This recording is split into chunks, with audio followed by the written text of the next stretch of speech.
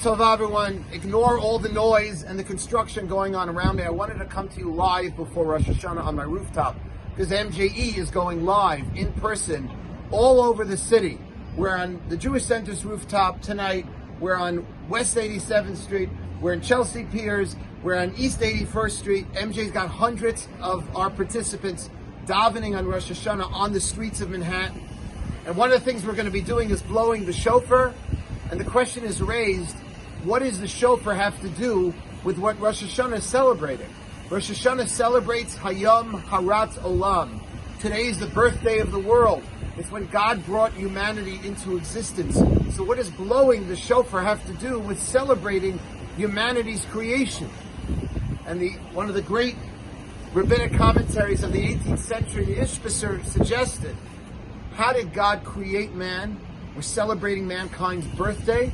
How did God create original man? People, by breathing into them the soul of life.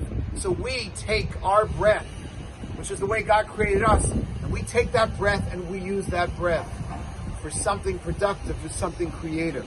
We take the blessing God gave us, which made us into people, and we use that for something to elevate ourselves and the world around us. And that's the question I have for all of us as we enter the new year. How are we using our gifts? God gave us breath. How are we using that breath?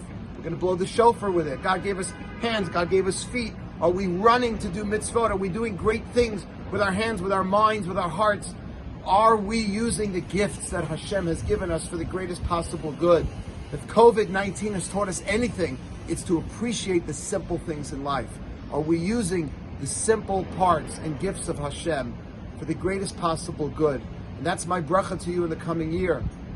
My bracha is that we should all devote the greatest part of who we are to doing something productive for ourselves and for the world. And please daven, please pray for an end to COVID, for the development of a vaccine that can cure the world. We're going to be dipping the apple in honey. We dip our challah in honey. The gematria numerical equivalent of Davash, which is honey, is 306. The same gematria, the same numerical equivalent as Av HaRachamim, God of compassion, God of mercy. Let's appeal to Hashem's merciful side. Let's daven for a cure. Let's get out of this situation.